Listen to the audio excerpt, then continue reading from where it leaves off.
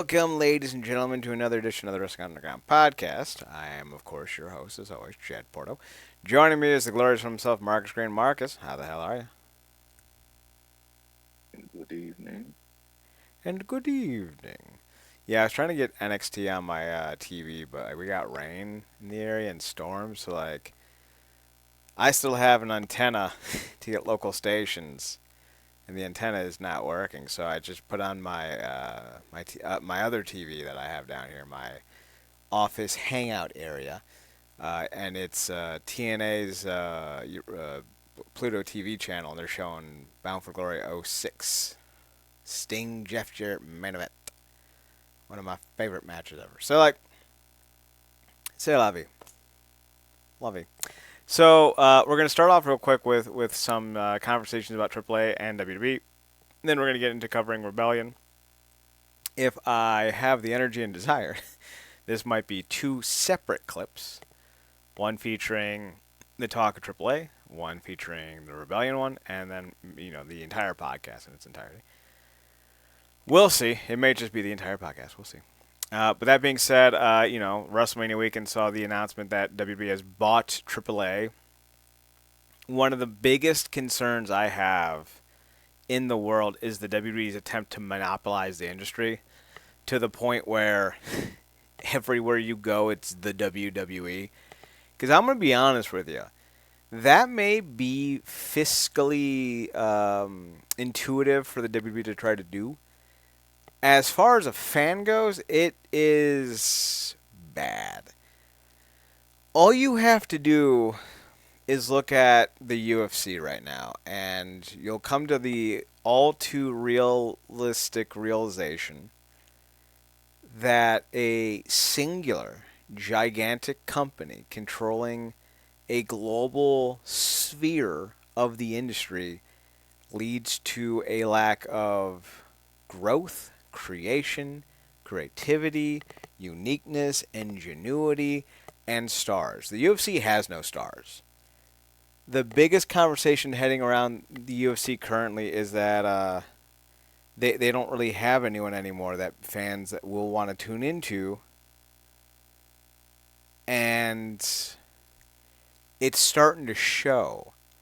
The WWE and the UFC are both operating under the same idea that if they become the selling point, if their brand becomes the selling point, that they'll be able to just plug and play anyone they want at any time and not worry about it. But the problem with that is, simply put, when you don't have anyone that the fans want to see, the brand becomes meaningless. And when the brand becomes meaningless and you're the biggest and only notable aspect in town, what ends up happening is the industry suffers because of it. The MMA scene worldwide is a joke. The UFC is the biggest dog in town, but they don't charge it. They don't pay anyone. Most of their big names don't want to fight anymore or are bad at fighting currently. That then you look at Ryzen. Ryzen is maybe number 3, number 2 in the world. They don't really have any, fans outside of Japan. One Championship really tried to make a play for it, but they fumbled.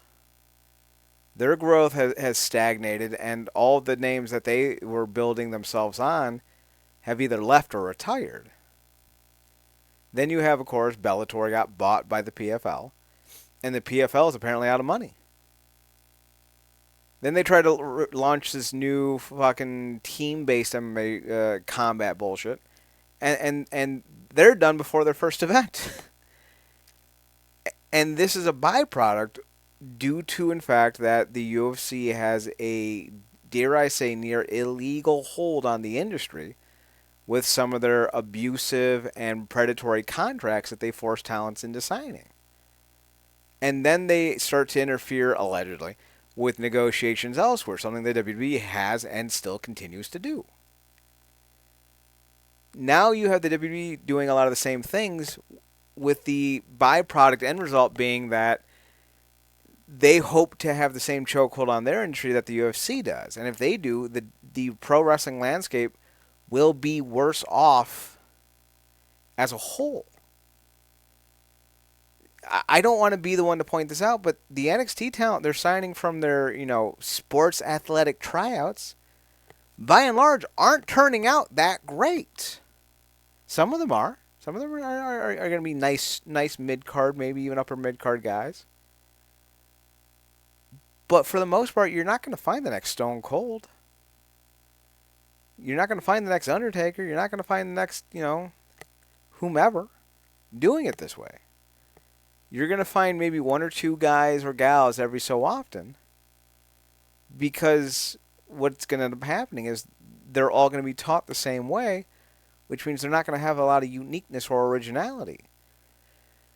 People like Seth Rollins, Becky Lynch, AJ Styles, Cody Rhodes, they've become who they've become because they've experienced the world as a pro wrestler. They've changed things up, done things differently, and have been kind of put through the ringer, so to speak, because all these other companies existed. So they all learned something else different and brought it over with them to the WWE. When you're just being trained and developed like a WWE wrestler, it turns out there's not a big industry out there for you. You can look at some of the biggest names that WWE has produced who were not indie wrestlers, and if they've been released recently, they're just gone. There isn't really any demand for them. Like, who's really saying, hey, you know who I want to see? Mojo Rawley. No. No one is saying that. No one is like, hey, I really miss Carmella. Who's saying that? And with a company this big, whose aspirations are to choke out the competition to such a degree that they are, in fact, the only moneymaker in town, the byproduct of that is that the industry stagnates, the development of talent stagnates, and the fandom regresses. The UFC is no longer the cool thing anymore. And that's the truth when they have to become partisan fanboys for a specific regime, because they know they can no longer cater to the mainstream, so they have to cater to the fringes. If we cater to only one group of people, we might be able to make more of a profit off of targeting that specific group of people than if we were to target everyone. Because not everyone cares about us anymore like they did about us 10, 15 years ago. And now we have to find ways to continue to bolster ourselves and almost reset the expectations. And we can do that by targeting smaller groups of people and catering to what they want. And that's great and all, if you have to. But you shouldn't have to if you're a global corporation like this. And what's happening to the UFC will happen to the WWE if they continue to expand. And this is not the first time we've rung the alarm bells, because a WWE expansion is bad for everyone but the WWE. Look at what they did to the British indie scenes. They absolutely killed it. I mean, killed the British indie scenes. It took them 6 or 7 years to rebuild anything worth watching. Before they expanded into the UK with NXT UK, Progress was on the verge of blowing up huge. World of Sport was back on television. There was, TNA could do regular tours in the UK to pretty sizable crowds. They were a genuine hotspot for the industry. After the WWE came up there, bought all the talents, secured them, kept any other company from using them, all of a sudden the TV contracts disappeared. The fandom started to dwindle, and the industry as a whole suffered because of it. If you don't think the same thing's going to happen with AAA, then you're not paying attention to history, because this isn't just a pro wrestling conversation. This is a corporate greed conversation. And anytime a corporation tries to choke out competition and tries to encroach into markets that universally and historically have not embraced them as a whole, bad things happen. And that's exactly what's happening right now on a larger, more macro scale. When it comes to pro wrestling, Mexico as a whole is very concerned about this. The Mexican pro wrestling landscape does not like this. You have the Crash, you have CMLL, you have so many other smaller promotions down there who have been giving people opportunities to work and make money. And now you got AAA with a budget. That's scary because now all of a sudden the guys that you probably didn't think would ever go to AAA, or the talents that really prop up CMLL and other corporate other feds down there are going to be competing with the WWE's dollar. And the WWE will spend millions, if not hundreds of millions of dollars on AAA over the next few years in order to try to snuff out other companies. This isn't about a short-term profit margin. This is about a long-term expansion. And an expansion into Mexico would do a lot better if they're able to kill competition. That's terrifying. That is not a good thing. That should never be something that we celebrate as fans. It's a horrific thing, and the only people I know who like this are the Triple H ass lickers, the brain feds, and the fetishists that exist in this landscape who think everything the WWE does is cinema or fire or bagged or whatever the fuck stupid shit these terminally online douche nozzles say about a product that has never been more boring and stagnant. Fucking Netflix has lost a third of its viewers on Raw globally since January. Fuck off. But on a micro level, this is even worse because the AAA roster sucks. This is like if you're like a major league, sports team, right? You're about to buy, an NFL team, and you buy the Browns. Oh, goody. Listen, they got El Hijo del Vikingo, and he's magnificent. But here's I don't know which one is more accurate. I gotta think the roster page for Cage Match might be the most up to date. The Wikipedia one has some other names that we'll touch on as well. But here is basically I'll read off the Wikipedia page. Here's who you got. You have Abismo Negro. Aerostar's pretty decent, but he's also I think like 40 now. We remember him from his Lucha Libre, Lucha Underground days. Alberto El Patron, Chessman, who's like I think 50 at this point. 49, excuse me. Dave the Clown, Drago. They got this dude, Dragon Bane. I don't know who that is. He seems kind of dupe. They have El Hijo del Dr. Wagner Jr. I think he's actually... Is he in Noah right now? He was either in Noah or just came back from Noah. Yeah, he just came back at the start of January. So El Hijo del Dr. Wagner Jr., not the draw his father was. Dr. Wagner was a huge fucking draw. But a good talent. He's a very good talent.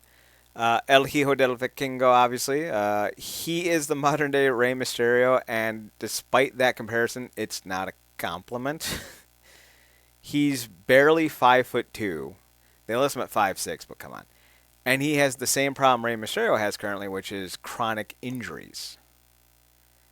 El Messias, Judas Messias, Ricky Banderas, King Muertes, you call him what you want, he's 50. Laredo Kid is kind of cool. Murder Clown got fired from CMLL for a variety of reasons, if I remember correctly. Or maybe he got fired from AAA and then brought back. I can't remember. Maybe it wasn't even Murder Clown. There was a lot of clowns. Maybe it was one of them. Negro Cassis, I think, is like 48. 65. Octagon Jr., who's pretty dope. Pagano. Ooh, no, I'm sorry. Pagano was the one that got fired. That's who it was, wasn't it? I think he got fired in CMLL.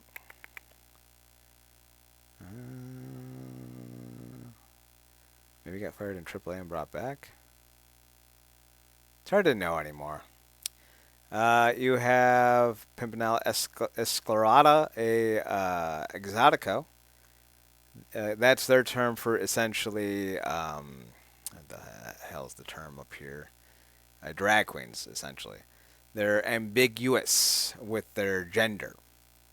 But they are 56. Psycho Clown, I think he's 40. Sam Adonis, not great. Not great at all. Then we have the women. There's at least more talent on the female side. I think it's Chick Tormenta, Dallas. I'm not gonna try to pronounce that. Flemmer, Lady Flemmer, La Hidira, Maravilla, Lady Shani, who I think has one of the best looks in all of wrestling, and Reina Dorada. Then you have the minis.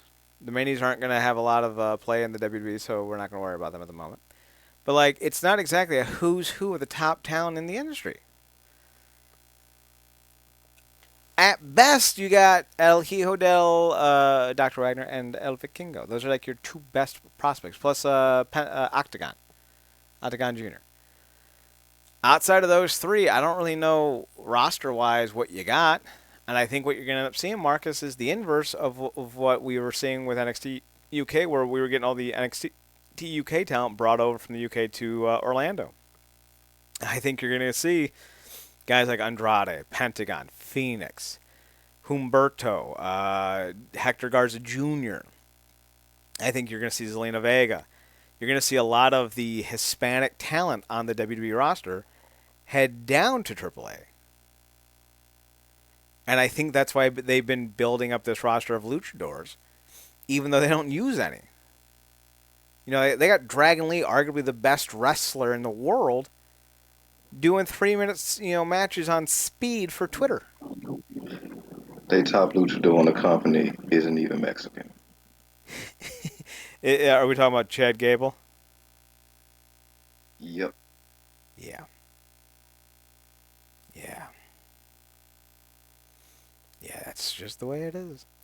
So none of this is good. I'm hoping, the more WWE builds up their brand, the more I root for AEW and MLW and anyone else who doesn't want to get in bed with the WWE, because the WWE will do to you what they will do to everyone, which is gorge themselves on you until you become nothing useful, and then they're going to forget that you ever existed as they move on Oh, with their existence.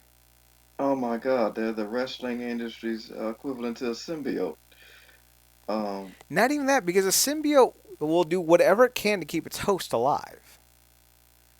You look at like Venom, Carnage, if we're going with the Marvel symbiote idea, they go out of their way to make sure that their hosts don't die. They're more like a flesh eating bacteria. yeah, They'll devour you until you're dead, and then they'll look for someone else to devour.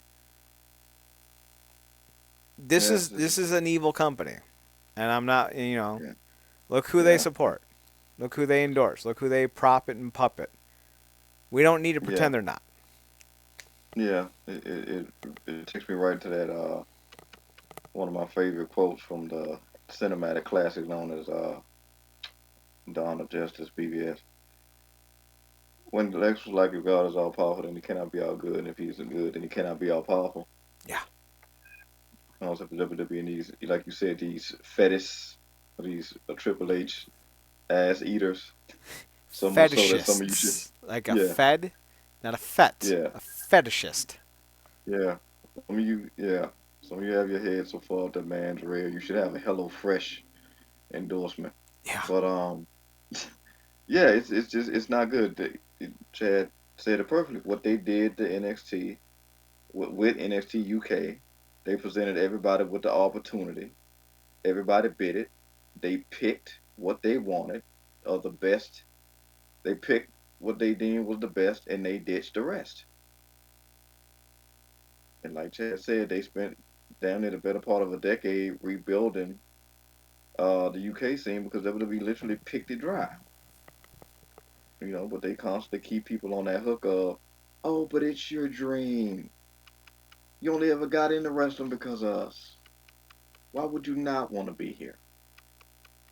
They do everything but say that, and then, yeah, Oh, they say it. They outright say it. What I'll yeah, say though is that we're now in an industry, in an era where enough people have grown up on TNA pro wrestling in Japan, be it in New Japan specifically, even AEW. Like we're now what 6 years, 7 years into AEW, where I think that argument becomes less and less important. And the more Triple H continues to book this product, he shows his whole ass of being a bad booker. But I need to be abundantly clear, Marcus. You and I have been doing this show close to a decade. You and I don't exactly remember when we brought you on, but we've been doing this for a long time. You and I, Hmm. multiple rebrands, various ideas, a lot of fun had between us. When I say this, you'll be able to back me up. I have been telling whoever has been listening since he took over NXT that Triple H is a boring fucking booker.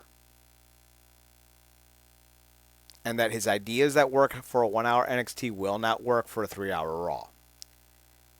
And I have been proven right over the last 2, 3 years. Triple H cannot start anything new that does not cater to a small specific group of people. He can finish things other people started or take other ideas that other companies have used and he can milk them dry.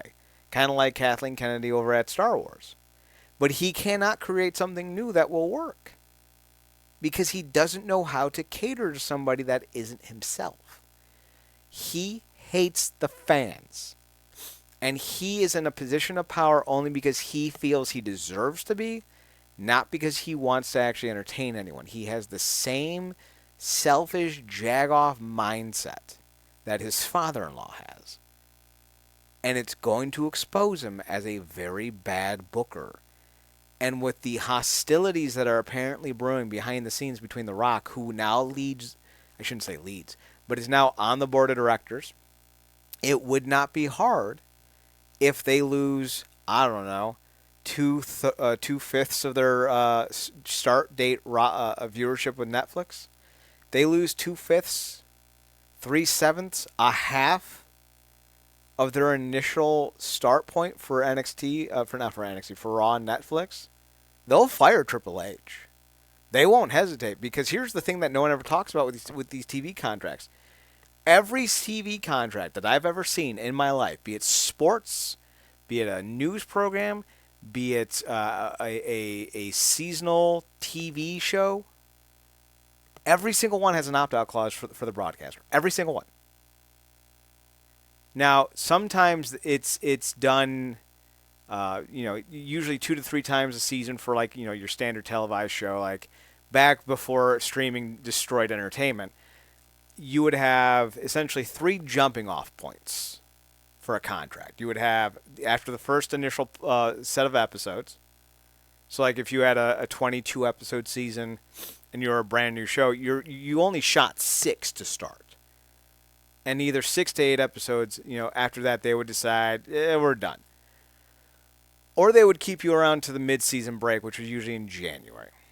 And if not January, then they would let you finish out. And if you finished out, cool. We'll renew or cancel you then. So those were usually their three jumping off points. But with other programs, they can announce at the end of the season and be done. And usually that, for a year long broadcast, it's seasonal. Every new season, then there's 4 per year. They can opt out of a deal. And I guarantee you, Netflix has something like that with Raw. Now, it will not be something that they jump to so quickly, but there's no clause in their contract that states the WB has to run for 3, 4, 5 years before they get canceled. They can decide right off the jump, we're done.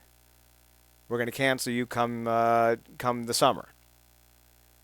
They're not going to right now. Their numbers are fine, but Netflix is in the they're in the red.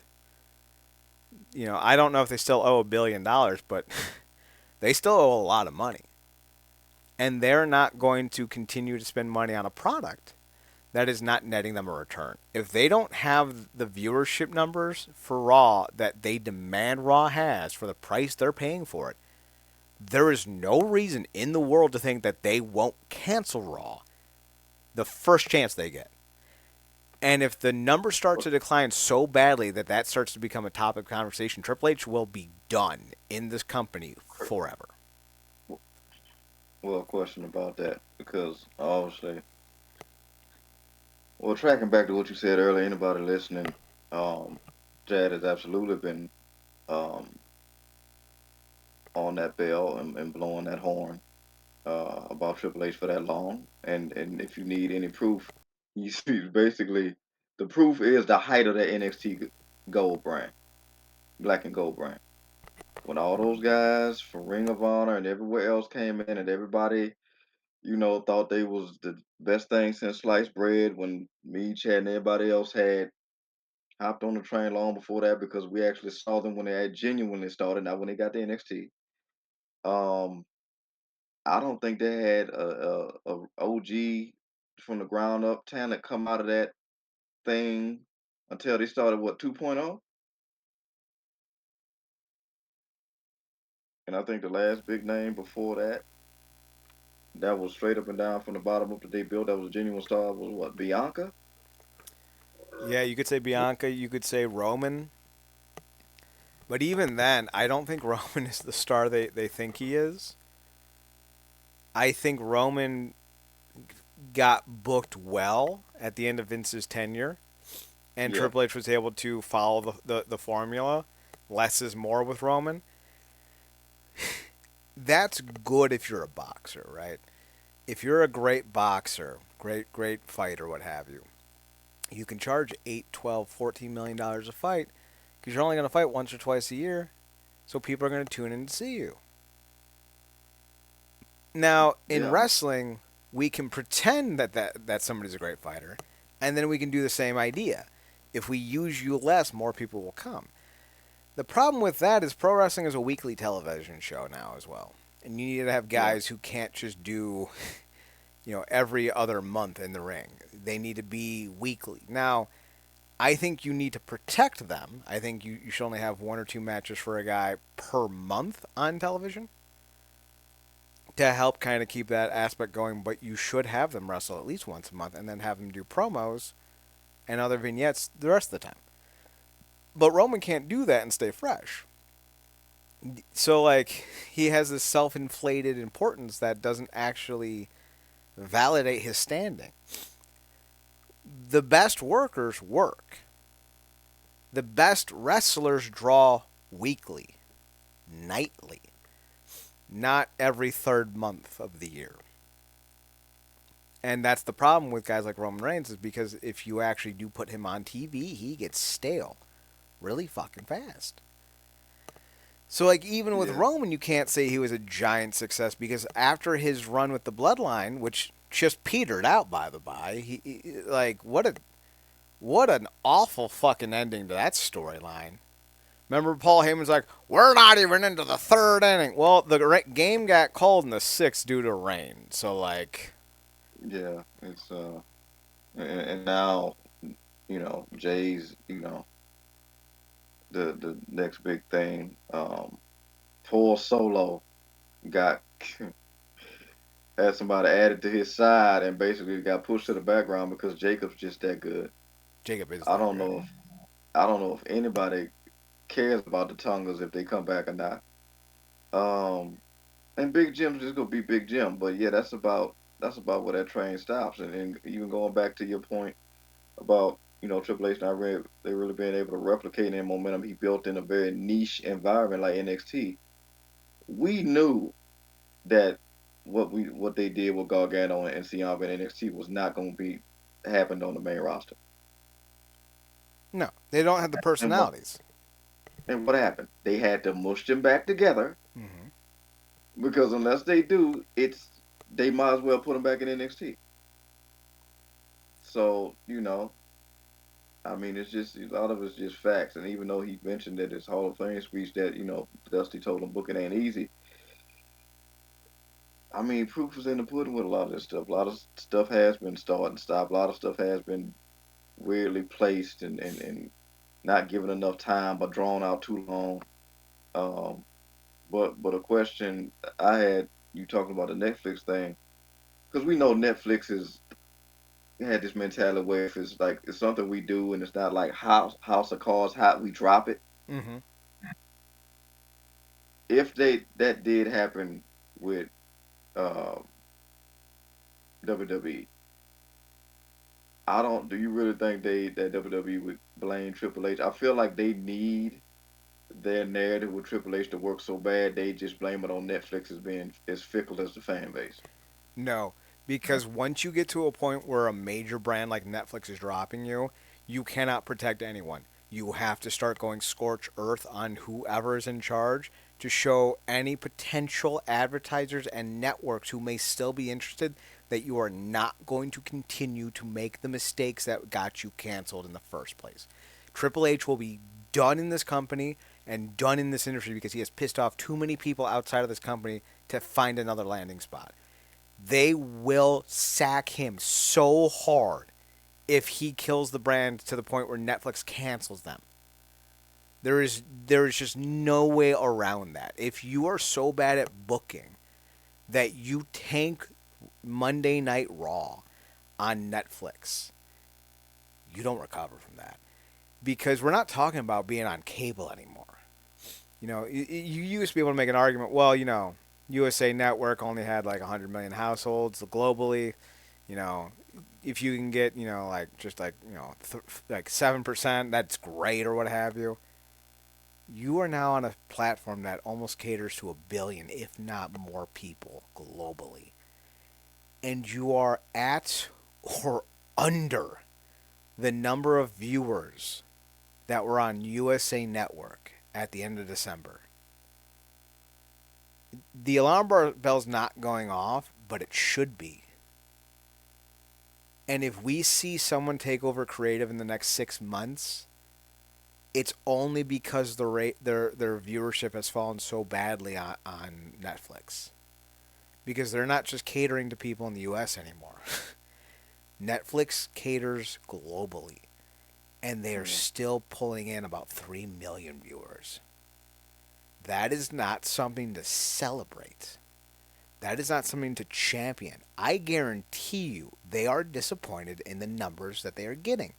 They went from having, I think it was like 90 million homes, if that.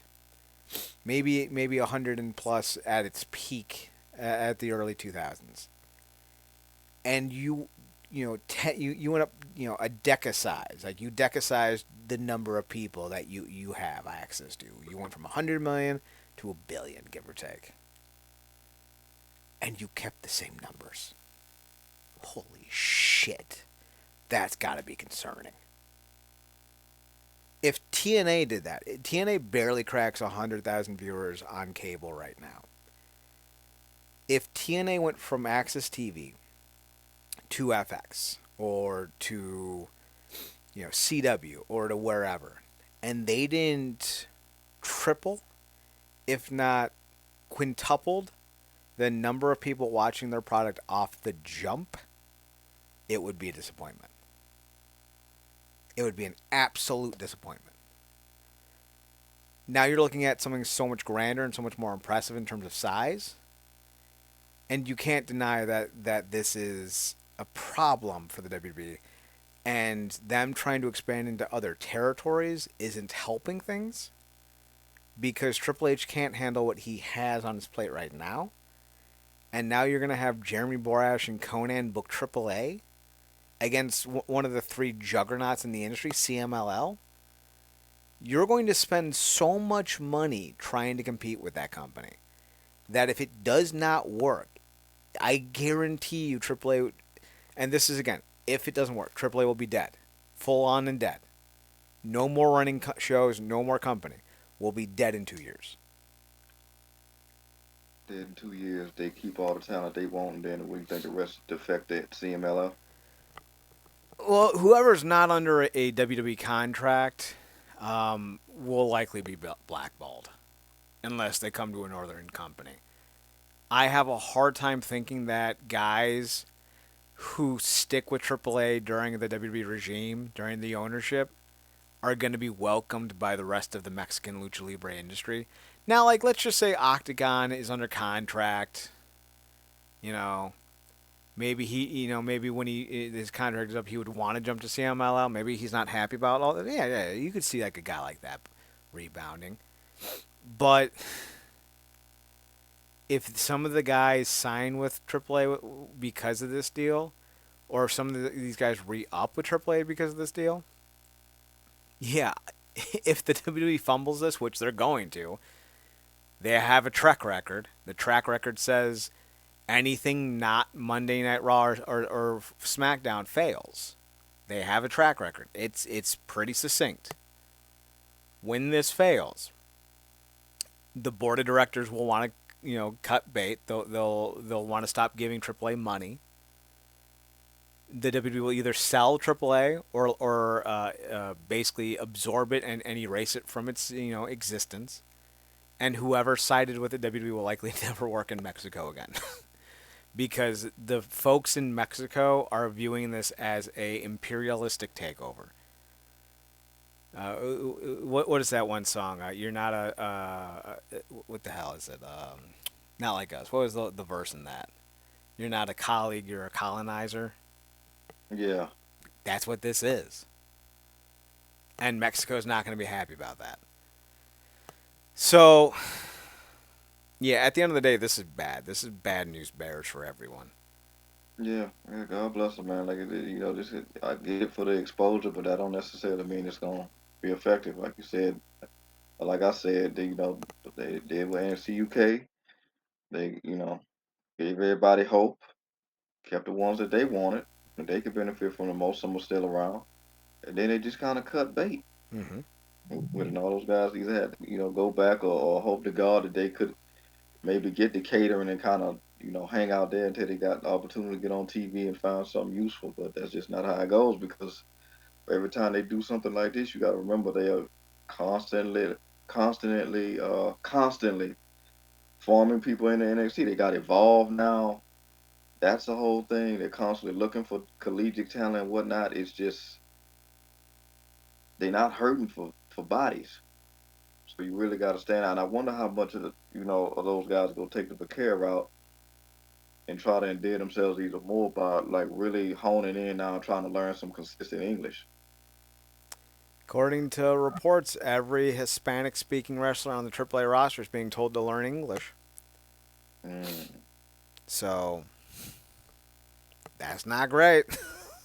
mm, Worlds Collide will feature WWE and AAA talent. It's supposed to be June 7th, 2025, right before the next Triple Mania show. So we'll see what happens. It's going to take place yeah, in California. It's going to be bad. yeah. But to your point, speaking of try this Chad thing right quick. Speaking of not good, know what's not good? Doing trust dives or trust falls with no trust. Let's talk about it. We're going to Rebellion. Rebellion to me was a show that featured both the extreme bests of the promotion and the extreme worsts of the promotion. The NXT factor fucking ruined it for me. I think they put in like close to 5,000 people in this venue though in LA, so like that's cool. Like that. Fatal Influence, which is Fallon Henley, JC Jane, and Jasmine Nix, defeated Rosemary, Zaya Brookside, and Lei Ying Lee. It was fine. The opening was bestly described as fine. Elijah had an open call out. We all thought it was going to be someone impressive and worth tuning in to see. It was Shane Haste, who is 40. So, like, cool. Cool, cool, cool, cool, cool, cool, cool. Elijah won with a pretty easy match. Takes us to the opening match of the pay per view. Of course, it's the Ultimate X match. This was match of the night, in my opinion. It was really fucking good. I liked it. Yeah, yeah, The ending, though, I thought left a lot to be desired, though I do understand what they were trying to do. Timing was just off. The moment of the night, though, came when Leon Slater did a 450 swanton off the top of the scaffolding to the floor. Caused a whole lot of hubbubaloo. And what I'll say is, a lot of people had a lot of things to say. So let me say my piece. El Hijo del Vikingo and Casey Navarro got the fuck out of the way. Matt Cardona was nowhere to be seen because he was up against the fucking barricade. Moose tried, but he was in the wrong positioning. And of all the people in the match, that means that the only person that was still there was Sidney Hakim, and he did catch him. He caught his leg. It wasn't great. But thank God, the only person who wasn't in the match who tried to do anything actually was AJ Francis. He and Sidney Hakim are the only two that actually made contact with Leon Slater before he smashed into the ground. And quite honestly, I'm pretty sure that's a good reason why Leon Slater didn't break something. Was because AJ Francis and Sidney Hakim were able to somehow get a hold of him to some degree. Now, he was moving too hard, moving too fast, and you needed more than two guys getting a limb each to make sure he doesn't hit the ground flush. They did the best they could, the two of them, and it likely saved him from being out of action for months with some type of nasty ass injury. That being said, Jordan Grace put her whole fucking. I don't know, man, what it is. Once people go to the WWE, they're like, "Oh yeah, I can be a cunt now." We see it Oh with, no, with I didn't see this. oh yeah, so like we see it all the time. We see it with like Logan Paul. We see it with like fucking Lacey Evans. We see it with Triple H. Oh, fuck the fans. Like you get really cunty when you go to this company, or like when you're put in a position of authority. Jordan Gray's like, it's really hard to catch someone who's falling that hard and fast from such a high height. It's like you have to give them, and it's like Jordan. There was 7 of them. One, two, three, four, five, six. 6 of them. Sorry, there were 6 of them there. If they stood and all caught him at the same time, it's called displacement. The concept is used all the time. When you're about to land on something, you roll and flush out, so that way the force of the impact is displaced. If you have more aspects, or in this place, people, to catch a thing, you displace the impact across multiple people instead of just forcing it onto one. And if you can't make sure that you can make that catch, you tell him, I'm not catching you, don't do this spot. Someone either didn't say that, or they just decided that they weren't going to catch him. And it bit them in the ass. And Jordan looked like a royal dumbass for even opening her mouth about it. Yeah, it's not good. Like everybody deciding at the same time that they were gonna turn into the Miz is not. Um, well, they decided they were gonna, pull a South Park and like we just go, oh my God, we killed Kenny type of deal. Oh my god, we killed Leon! We're Yeah, bastards! I'm glad Leon's okay. The ending of the match, Leon grabs the X Division title, and the rules have long been that you had to drop to the ground with the belt. Well, they do that, and Moose is supposed to hit Leon as he's falling. But instead, Leon hits the ground before Moose hits him. So that was stupid. And so the whole ending of the match just looks kind of. So, could have been great, but it was still very good. Because even before that, I thought everyone played a nice role. Moose was hilarious, having Alicia try to climb it for him. Like, no, go up oh there. yeah, yeah. That was Lish, great. gorgeous. They always kill it with these multi-man X Division affairs, particularly because they know they got to kick out the show with a bang. I thought it was very well booked. I mean, the hypocrisy that comes with critiquing that spot is that had to be because of just how far back the curtain's been pulled. That had to be the most planned spot in that match, other Yeah. than the finish. Other than the finish, that had to be the most planned spot. So if they wasn't gonna do their job, hey man, just like do a springboard of it off the rope or something, or just do something else. But because it's even worse because that's his finish. Mm-hmm. So on top of the fact that he really could have busted himself up bad. But God bless him. that he wasn't crazily hurt. You don't really need any more major things to happen to anybody, particularly coming still, coming off the miracle that now is Chris Bay. Um, but yeah, the list stuff was good stuff. And I liked how they did the finish because Dion literally had it by millimeters. But I also do like to keep in the play that you also have to come down with it. Now, like you said, the timing was off, but I appreciate what they went for with it. And Moose continues to play his role in that regard. So Agreed. That takes us to the next match on the card. It was the women's tag team titles, the knockout tag team titles. Ash and Heather by Elegance defeated the Metaphor, Spitfire, and Gigi Dolan and Tatum Paxley. I really thought this was going to go NXT's way, and I was concerned. That being said, even though, in my opinion, the right company won this match, it still wasn't a good match. Um, the Metaphor looked great. I don't think they're a great set of tag team wrestlers. I'm still waiting for the hype around Tatum Paxley to be known. Like, she's fine. Gigi Dolan has a look, but I would say she's average at best.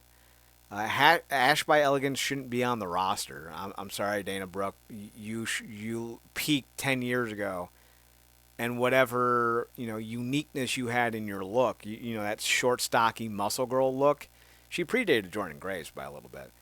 Um, that kind of went away when she had plastic surgery and changed her body type, yeah, and now she looks like the Timu Charlotte Flair. yeah, she now looks like she should be on one of those WAG shows, Mm-hmm. and it's not because she genuinely looked good when we first saw her. She was just muscled up and stuff like that, and that's fine. She's about fitness model, but If she yeah, kept that look, Marcus, I thought that she could have been a nice pivot from Jordan Grace because you would have had someone similar to that. Instead, she changed up her entire look and aesthetic, and which is her right to do so. yeah, But that doesn't mean that you're going to be successful. Spitfire is the only tag team in this match that I think actually has two good wrestlers. it's Heather by Elegance is an unknown commodity to me because I haven't seen her really let loose yet. And yeah, Gigi same, Dolan, yeah, 100% with you. I like the fact these women got showcased like this and opportunity and whatnot, but just first out the gate after what happened at Mania, they could they could give Ash what you call it like a freaking Roman style run because you can't trust the intent behind dropping championships with this heavy on the quotations partnership, right? yeah, they need So to there's end this that. partnership, and they need to reinvest in the Knockouts division. Knowing Yeah, that the inspiration or the iconics, whatever you want to call them, are back, they're wrestling again. I think they both yeah, had children recently. Just re-sign them. They were fantastic, great characters. And then you also, we'll get to the news later, but one of Steph Delander's longtime tag team partners is now in TNA. You have now, yeah, granted, she's still recovering from a broken neck. Delander is, but like, sign the iconic, sign the inspiration, team up Delander with who we'll talk about here in a second. Give yeah. Alicia a tag team partner, and you can Please, swing this division from unwatchable to very entertaining very quickly. you got to pad this Tesla thing out as much as you can, because you cannot have her be, and we're gonna get to that later. But yeah, um, you still that's still just gonna be an ongoing project for them. That being said, to your point about the women, I think Paxley and Dolan are better just served together at this point. Um, because I think solo they just it's just not gonna cut it. Um, I see the potential in Paxley, but I think that potential is realized within the in the confines of that tag team. As far as Lash and you know Jakara go, love them together, but sadly they just never saw it for them as champions. I like them as a tag team, but it's ironic that you said you don't really think they kind of go together because on NXT tonight, the whole metaphor peacefully disbanded. Shocking. with your boy Mr. Alicia Fox being back as the Heritage Cup champion. Uh, yeah, they he's really disbanded, so everybody go their way. Mensa's going to do his thing and evolve. Obviously, the Heritage Cup champion, and Lash and the car gets to go try to do the singles thing. So that's the thing. And as far as who's the other team, like you said, Heather Reckless and who else? Uh, it's Danny Luna and Jody Threat. There it is. Yeah, they Spitfire. Spitfire, Thanks, yes. Spitfire. Yeah, they the best, and they probably should have the still be champions. But again, to your point, they needed to build up somebody that could believably beat them, and Ashton them cheated, but at least with all that, at least the title stay home. Like I feel like me and Chad, we both on pins and needles, anticipating them doing a folly thing where it's like we need another look. We're gonna get our tag titles on the big shows. Need another look. So thankfully they stayed in house. But to your point, yeah, they need to do exactly what you talked about. I'm not that big a fan of the influence, but they are names. They do work as personalities, which is more than I can we can say for several names. A lot of times we get a week, so hopefully that's the plan because everybody there are some names out there that they can pick up, and hopefully they do it because they really do need to pick up some momentum after they absolutely fumbled the Hammerstone thing. Hammerstone and Gresham. Holy shit.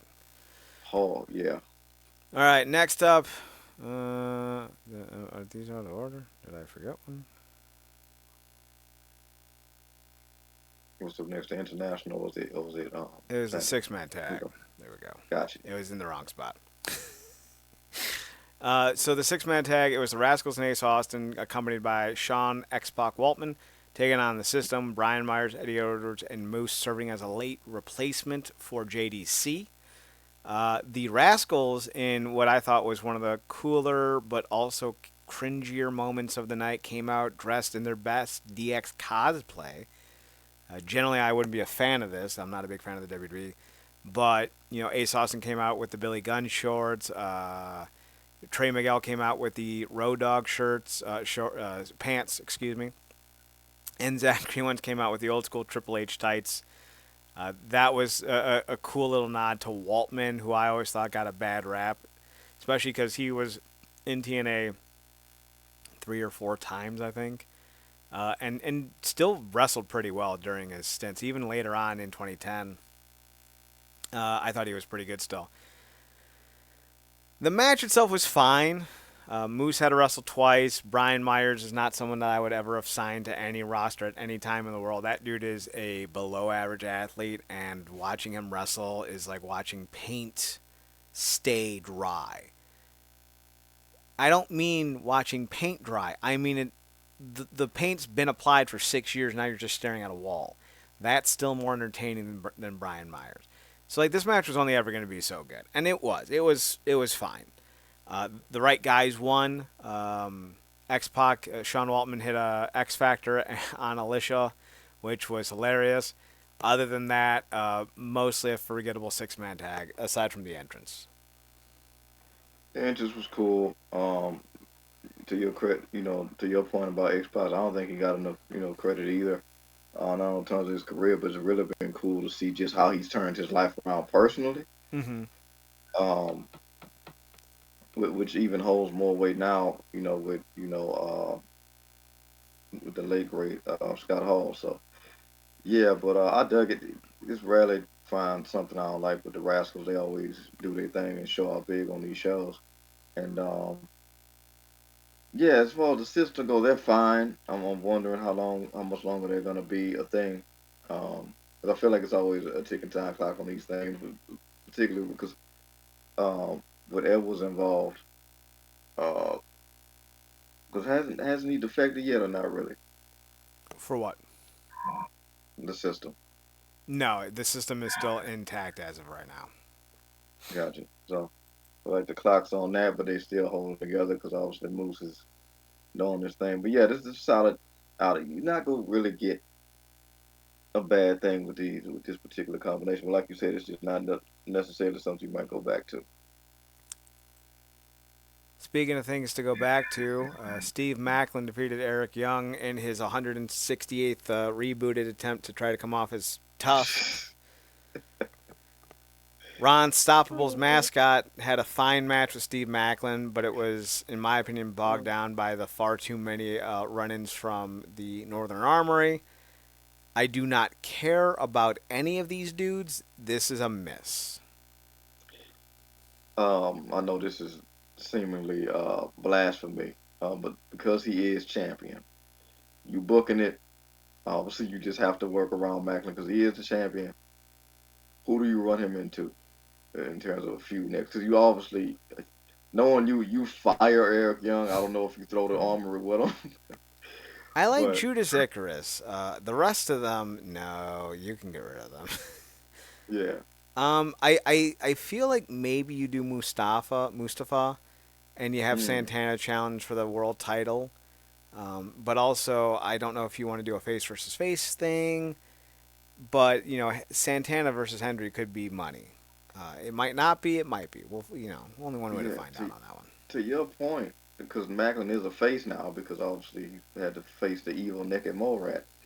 Uh, that can double as a Sons of Anarchy extra. That could actually work because Mustafa is a legitimate international talent. Mm-hmm. So it actually will actually fit better with him being champion and legitimize his faction. He's Indian, Pakistani, and Michigonian. Yes, I consider Michigan another country. Have you ever seen that hellhole? Speaking of hellhole, Santana sent Mustafa Ali into one in a Falls Count Anywhere match. That actually had a lot of people raving about it. Um, I think Santana did more damage to the rest of Ali's cabinet than anything else. But also, I'm not impressed with Tasha Steeles or the Good Hand, so like I don't care.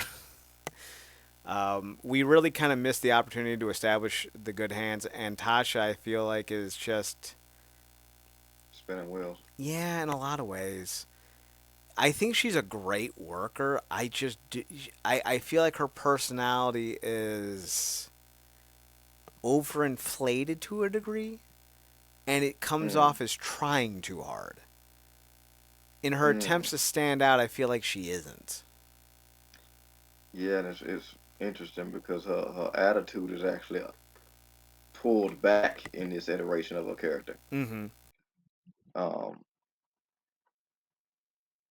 Long term with it though, would you have Kiera brought back in and put him back in the tag scene after this kind of fizzles out? Isn't Kira still with AEW? Oh yeah, I didn't even think about that, but I haven't seen her. Like, was she in Ring of Honor? Because she definitely ain't been on the main show. I have no idea. Yeah, so that might be a thing. But yeah, I mean, I've appreciated this for Tasha doing something different because it felt like she was spinning her wheels for a while. But I wouldn't like I mind said, putting Tasha with Savannah Evans again.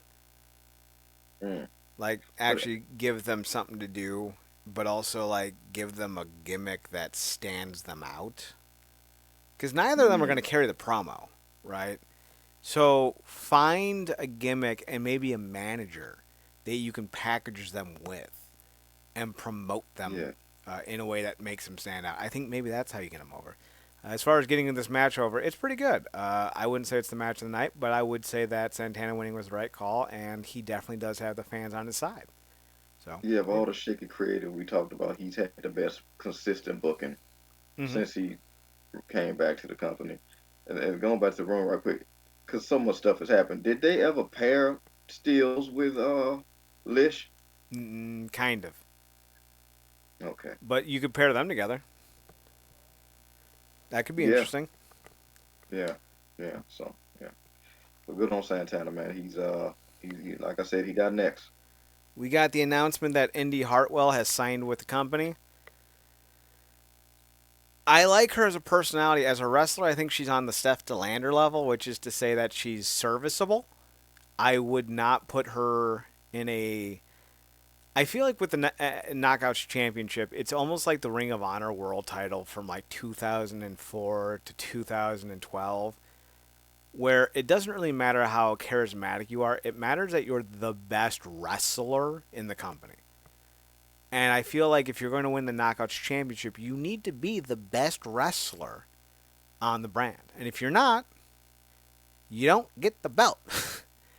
And even though I love Delander and Indy Hartwell has a lot of charisma, she's not going to be and should not be a contender for the Knockouts Championship. That being said, Indy Hartwell with Delander could be a great tag team and could elevate the Knockouts tag team division up out of this, deluge that's kind of in this whatever. And I think that's how you can get, a little bit of adrenaline put into the segments weekly, because Indy Hartwell really proved her chops in NXT, helping get Dexter Loomis over because that dude spent years not being over. And she helped him get over that wedding and then his return where he carried her off. Fans love that shit. And I think you can do that again here with a different set of variables. I don't need you to do another love story, but you can do something with her. I think that's going to help. But we'll see what they do with Indy Hartwell. This is a new regime. We don't know how the booking is going to go. It hasn't been great, but maybe things turn around. Maybe they just need time. Yeah. That takes us to the next match, Masha versus Tessa. It sounds like you have a lot to say about this match. No, I dug it. Trying to see when, because I my feed was wonky during this match, so I might go back and watch it. But Slav and I go. I mean, they've been booking it for the longest now. And it kind of went the way I hoped it went with the result, in the way with us retaining. Because I don't know what the mindset is with Tesla, but it's like we talked about. Like she's just that, any concept of that kind of dying off with the crowd is kind of like, you got to dissipate that from your mind. Um, but I also don't think this is the last time obviously they're gonna clash. So um, but it was harder than I thought it was. What do you think about it?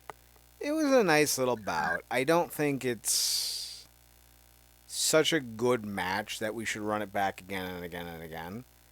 It's not Jordan and Masha. Tessa's still very good. And that's the thing that sucks. I was talking to my lady, and I told her, as far as women's wrestlers go, I don't think I ever have seen one with the physicality, the speed, and the overall just aptitude for wrestling as Tessa Blanchard. The problem is no one likes her, and she has go away heat. And when you have that type of thing, it's nearly impossible for you to really ever gain back any sort of, viability. And if you can't gain that viability, why waste the money? If you know this person is not going to be someone that actually, brings fans in, keeps fans entertained, and moves merch and tickets, then why keep her? And if you're not going to keep her, why keep putting her in matches with Masha? Now, unfortunately, they're in a situation where it's Tessa or nobody for Masha. And that needs to change. And I'm hoping it does. Yeah. Do you, real quick? Do you think the match touched the match? And this is again another high bar that has a common denominator. Do you think this match touched the one that Jordan had with Tessa? No. It wasn't. Yeah. It was a good match. It's not a bad match by any means. They told a nice story about how Tessa was going after Masha's knee. They're both very physical wrestlers. But this company needs to abandon the NXT of it all and start signing new talent that they can build on week to week to week. Killer Kelly may not come back. The last knockout to get pregnant was Sue Young. We never saw her again. Killer Kelly got pregnant. We haven't seen her. Now, I don't even know if she's given birth. I think she has. So it could be still a few more weeks or months until she's even cleared to wrestle, should she ever want to wrestle again. But, when she was signed, it was, Jordan, Perazzo, then Masha, then Kelly, as far as the hierarchy of talent goes. and you're out with Masha, not Masha. You're out with Perazzo. You're out with Grace. Masha's your champion. You know, where's Killer Kelly gonna land? She has not wrestled since March of last year. So she should be rounding about the area of her return. Because she likely gave birth 1, 2, 3, 4, 5, 6, 7, 8, 9. She likely gave birth in November. So, usually you give about 6 months out. If she wants to return, it should be any day now. Sincerely. Who knows if she does, though? She might be content just staying at home and raising her and Myron Reed's kid. For all I know, like becoming a parent changes you. It changes a lot about what you view in life. Yeah. So like, who knows what her priorities are at this point, and who knows if she ever wants to get back in the ring, and who knows if even if she does get back in the ring, if she's even close to being the same type of competitor she once was. This is gonna not, it's not a controversial statement. Giving birth No. is challenging. Hey man, It wrecks it's the body.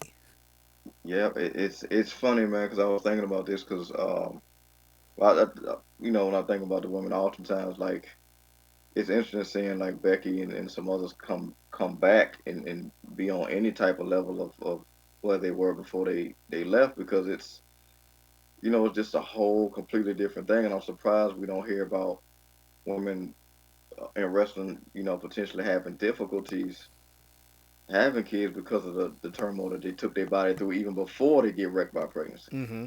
internally. And irony of that is recently I think Naomi went on Nikki and Bree's show, podcast, whatever, and she talked about like she was like she always wanted to have kids young, uh, and a lot of them. And the reason why what she's doing right now with the heel character is so important is because she time is ticking. She's 37 and she wants to have kids, but she also has had health complications. She only has one ovary, Whew. so time is hitting different for her. So she feels like she's kind of ending, potentially closing near her end of her career because she had to make some big life decisions. Because they start calling you like a geriatric pregnancy, what in your early 30s, I think like 34.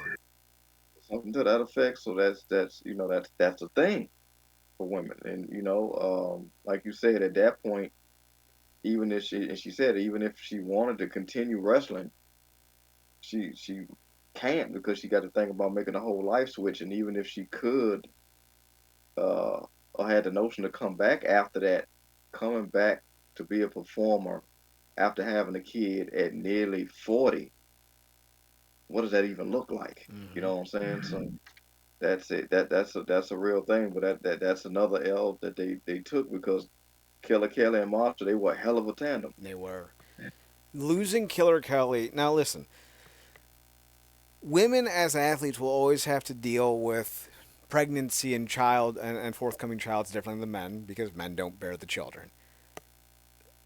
Losing Killer Kelly, though, was a blow to not only the title scene currently, but the Knockouts Tag Team title scene as well. It's not a bad thing she got pregnant. She is allowed to have the life she has. No one should ever be mad about somebody making the best choices for their personal life. There are always going to be, for lack of a better term, consequences to whatever happens, right or wrong. And Killer Kelly getting pregnant wrecked the Knockouts division in a way that we didn't see coming because Jordan was carrying the whole thing on her giant, massive shoulders. Now, if Killer Kelly doesn't want to come back, fair play.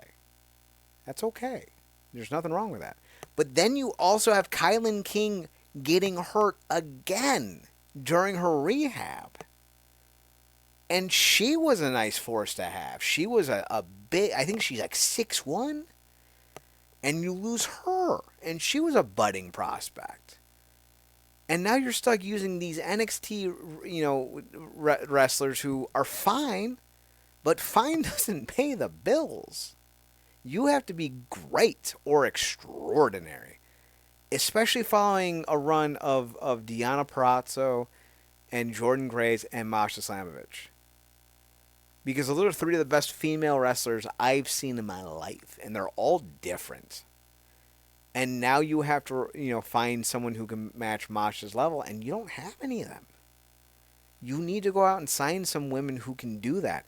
Thekla is a free agent. She would be such a necessary get for a TNA. It's not even funny. I think who is it? Mayu Iwatani is now a freelancer in Japan as well. Yeah, I was looking at the AEW. So, what do you think about Abaddon? She's fine. Like, she'd be a nice tag team partner for Rosemary, or a nice foil for Rosemary. Rosemary's kind of in that stage in her career because I think she's 40 now, where I think you should be looking for tag team partners exclusively for Rosemary, unless you can convince her to, like, I don't know, get some what is that stem cell, and convince her to go on a 1 year just brutal fucking violent rampage against Masha in a bloody war. If you can convince her to do that, yeah, maybe you put the belt back on her. But I think Rosemary is past her point as being a top level, headlining knockout star at the moment. Maybe you can get something left out of her as a headliner in that division. I just don't see it being likely. So like an Abaddon would be a nice mid card situation, or would be a good tag team partner. If you can go and get Santana Garrett, you might be able to stretch things out a little bit longer. She's good enough that I think she could take the belt from Masha, but I don't know how active she is. She's 37, 38. She's not exactly a spring chicken anymore either. Maybe if you look at the WoW roster right now, a lot of the wrestlers are actresses and stage thespians turned athletes, but they do still have some actual wrestlers on the roster that could help bolster you. Like Penelope Pink, you got the who is it, the Sweet Miami tag team or whatever they are, the sisters. You have a few options over there that can actually help bolster you. Maybe you look at OVW. Alley Cat would have been a great option, but she snapped her leg. Oh wow, yeah, yeah. And I know she's still out there too, but I just don't know how dependable Kylie Ray is. Well, Kylie Ray is now a WWE ID prospect, Oh yeah, okay, and yes, and then there's that. yeah, That's eating people off the thing. yeah. Maybe you can go and get Lady Shani from AAA. Um, Maybe you could get Fabi Apache, but she's in her early 40s as well, and not what she once was. But maybe you can just bolster your division with well-known older stars and use them to help parlay the younger stars up the ladder. Because you got Maggie Lee, she's an interesting talent. I like her. Um, if you were to bring in someone like Jazz for a one night, if you were to bring in people like I don't know if Brooke Tessmacher or Taryn Terrell want to get back in the ring. If you can bring in someone like Aja Kong for a couple of weeks, you might be able to book get some of these names over. Maybe you convince Awesome Kong to come out of retirement. Because like here's the thing, retirement's only it's only a word in this industry. You can always convince someone to do something stupid eventually. So I think that's kind of where the knockout division is. Like you either go and you pour some actual money into the Theklas or Teklas, whatever her name, how you pronounce her name, in the industry, and you bring them over because I know there's a few others in Stardom that I think would be great in TNA. Or you go and get some of the older stars to help build up the younger names in the division to help get them over. But you got to do something because Tessa and Masha can only carry this division for a few more weeks. This should Yeah, not be your Slammiversary Knockouts Championship match. yeah, and it's hard to gauge this because Mom always say people's mouths say anything. You really need to get people like Leon Slater who genuinely have a desire, an embedded desire to come to and succeed in TNA. I don't know if she'd be into it because she had made mention about going back to Japan. Be a Priestley. She's right in the prime of her athletic career. She has a distinct look. She has a personality that would be different in TNA. And she's one of the best female workers in the world. Yeah, I don't know why the WWE fumbled her, but like yeah. that'd be my I thought. know people. I know people keep talking about a contract is up, and I doubt she do a like if they got Mariah May, but I doubt that because She wants to study because under the nose. yeah, yeah, big boogers is what she likes to look out to. Speaking So of big yeah, but boogers, let's talk about the Nemeths. They won the titles from the Hardys. I don't think the Hardys should be tag team champions ever again. They are oh 50, wow, and I don't think they've had a good well, match. They've had fine matches in TNA since winning the belts. I would not say they've had a great match. do, do you feel like they are at the point together where Angle was on his last legs, literally Yes, when he was close? Yeah, yeah, I think maybe Jeff can give you a singles run in the X division, but that's about it. That being said, I don't think you get yeah. rid of the Hardys. The Hardys are merch movers. They're ticket movers. You keep Hmm. them on the roster and you help build up guys around them. Put them with the Rascals a little bit longer. Maybe you put them with the good hands. Maybe you put them with Sinners and Saints. Let them start bringing up the next crop of tag teams, and I think you'll be fine there. Yeah, The Nemesis are now the champions. They're still moving as well as ever, so I think that was the right move. Nick is yeah, still a great wrestler. Ryan is this whole Nepo baby thing is hilarious. It's one of the best storylines I think they got going on. that's And sad a lot. and watching him do the whole like my big brother, it's hilarious. And then like he steals the win. Are you kidding me? He does nothing and then he steals. It's great. I like what they're doing with the Nemesis, and their look is fantastic. The Hollywood Heels is a great tag team name. This is where Nick Nemeth should always have been in this company, Yeah, and I'm excited to see what they do as a tag team.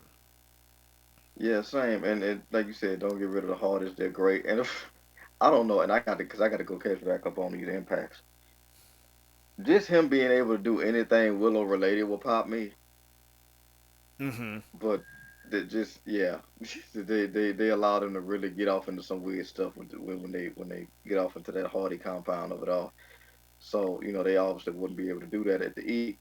But yeah, the Nimbus are great and everything. But since we're seeing so many ideas be recycled by Triple H, most of which those storylines he participated in, how would you feel? Because you mentioned Jeff Hardy having a brief run in the X division, and I feel like Slater got next in terms of becoming champion. Mm-hmm. Was actually was I appreciated about the story they told in the Ultimate X with him just literally, literally at the finish line and got clipped. How would you feel if they did a thing between Slater and Hardy, since he said that's his idol, I, like they did when AJ won the World Heavyweight, the way Sting, elevated him in that match. I think that'd be perfect. I think that's a great Slammiversary X Division title match if you want to do it, or Bound for Glory if the Hardys are still in the company come October. Yeah, Jeff versus Leon Slater for the X Division title, and Leon doesn't have to lose. That me saying Jeff's run in the X Division doesn't mean as champion. Although I think it would be a nice kind of benchmark for him in his career because he's never won it. His first match in TNA in 2003 was for the X Division title. So I think it would be a nice, oh, cap in his that, hat, so to speak. yeah, You could have Jeff beat Moose at Slammiversary, and then Slater beats Jeff at Bound for Glory. Because Slater's only 21. He's got plenty of time. yeah. Jeff Or doesn't. do a triple threat, have Jeff set him up, and instead of going for the penny, hand it to the young gun, and then the young gun be like, this win won't mean nothing to me unless I get to face my idol 1-on-1, and just do the same thing they did with AJ and Sting. It's the perfect thing. The Jeff is in the exact same spot that Sting was in. Mm-hmm. He is. I think any way you do Slater versus Hardy, I think makes Slater all the more impressive. So, Hmm. main event time: Joe Hendry defeated Frankie Kazarian and Ethan Page. And may I just say that Ethan Page held this match back? He's awful. Oh, I thought that was going another way. Yeah. No, he's fucking terrible. Like as a personality, he's what I like to call sugar coated bland. You think he's something interesting, until you see what interesting is. You think he's got flavor until you realize flour's not a flavor. Jesus.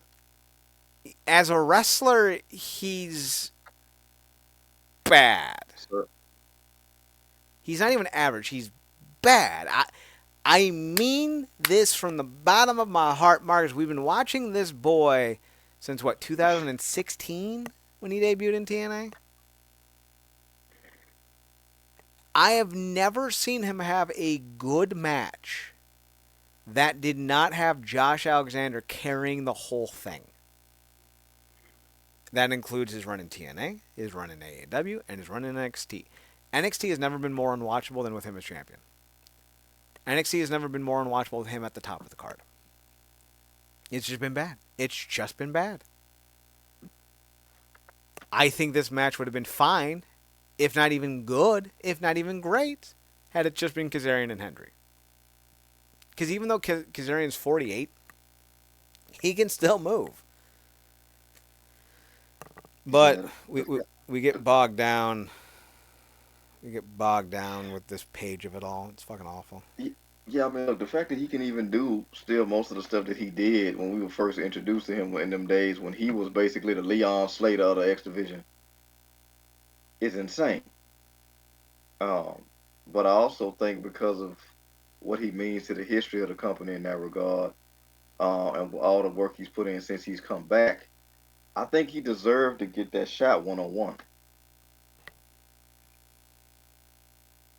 I agree. Particularly with the call your shot, but what are you gonna do? Maybe they'll try to weasel another situation in there. But yeah, I'm just glad it you know there was a higher percentage for it to stay in the company than not. Of course, we of the thought that it never should have been a triple threat anyway, and it's certainly not a triple threat bringing somebody from NXT in.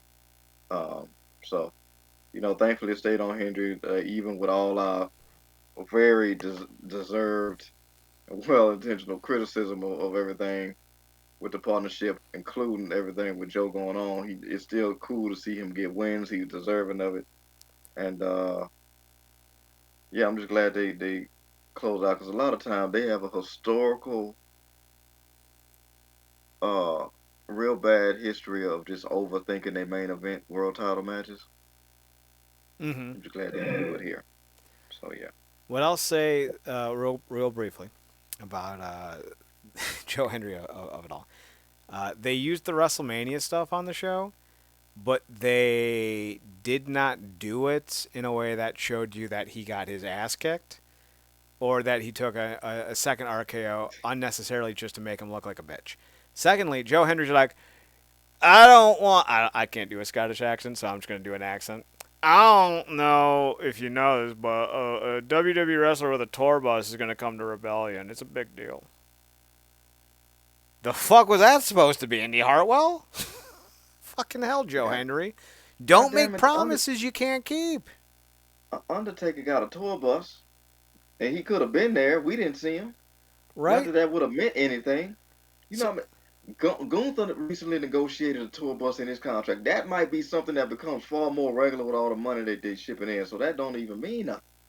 but like, no one showed up. Like, you had made this promise that, oh, yeah, WWE star with a tour bus coming in. We're going to get a little bit of a WWE. We didn't. We fucking didn't. And you went on Busted Open. You told Tommy Dreamer and fuckface Bubba Ray, "Hey, we're gonna have a tour bus." Shut the fuck up. Ugh. Yeah, you should have said scrap the tour bus and made the company foot the bill for a food truck for after the show for the roster who put in all that work, and Slater should have been first in line for what happened to him. Yeah. Yeah. OBS stopped broadcasting, but thankfully we're still recording, so fuck it. I learned my lesson on that one. The show ends with Trick taking out Joe Hendry, and now he's all like, "I'm the biggest star in TNA," and listen, fuck, that's annoying as shit. If that's true, I don't want it to be. So like I don't know. I don't know what they intend on doing with Trick. I'm trying to get the fucking thing to work, but you can't see it. But Joe Hendry's right down here. Yeah. This fucking goddamn computer will not cooperate with me, and I don't know why. It's There we one of go. them things. But There yeah, I we mean, go. I finally fixed it.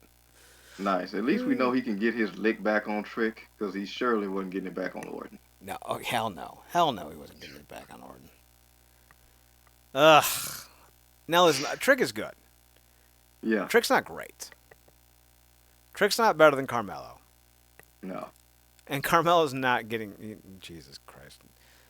Unfortunately, Trick, like Carmelo, has the unfortunate burden of being a black man in the Triple H regime. So they'll never reach heights with Triple H booking that they should or could with other people. So I don't know what we're getting here. Trick will probably lose to Joe Hendry, I hope, because having your top guy lose to an NXT upper mid carder after losing to a WWE mid carder, not great. I was very concerned Ethan Page was going to win this belt on Sunday. Yeah. And then not to end on a sour note, but then Joe goes shows up on NXT tonight to call out Trick, only to be jumped by their version of Nexus slash the Bondage Group. Who is that? What they call them, the Dark State. Oh God. So they laid Joe out. So yeah, Joe's been got one successful title defense and three stomp outs. Ugh. Wonderful Ugh. champion. Wonderful world champion showing. Yeah, that's not great. All right. Before I get put into a bad mood. This is our last show on Skype. Skype shutting down. We're gonna have to find a new digital home. It's gonna be weird. It's gonna be weird having to call Marcus on another platform. But this is it. This is Yeah, our last show on Skype. I don't know where we're going yeah, to next, but we're going. We'll be back next yeah, week. Come hell or high water. yeah.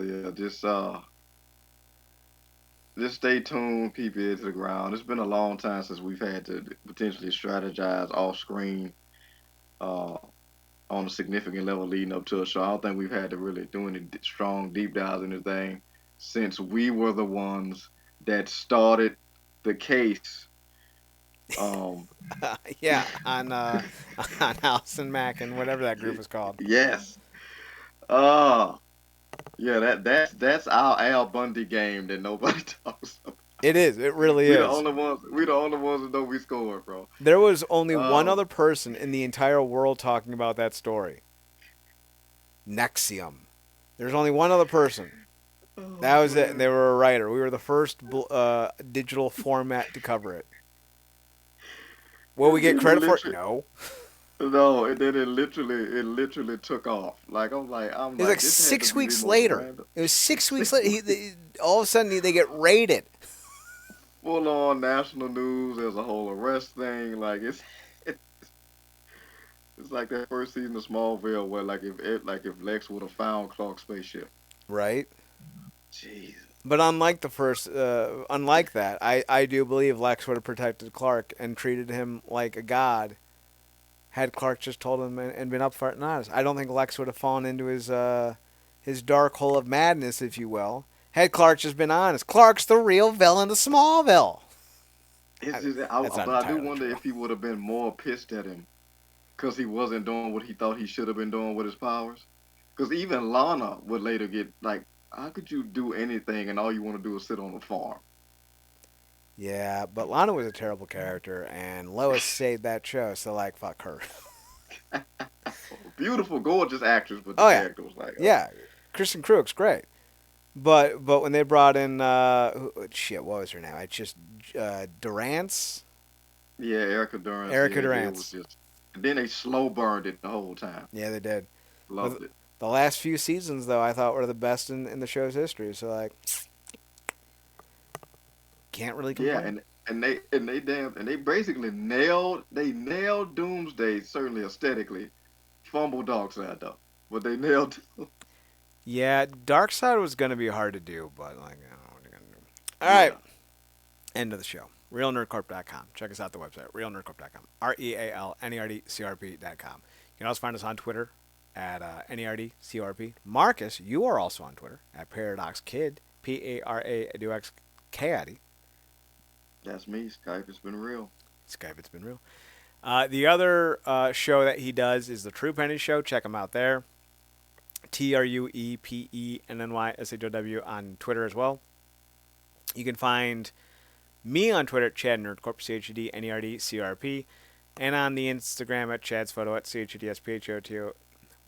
I think I spelled that wrong. CHADSPHOTOHUT. There we go. You can also tune in weekly on Twitch at twitch.tv/Wrestling Underground or on YouTube at youtube.com/Wrestling Underground. So for Marcus Green, I'm Chad Pardo. Thanks for tuning in. Thanks for checking us out. Thanks for giving us a chance. Remember, as always, to watch more wrestling. And Marcus, take us home.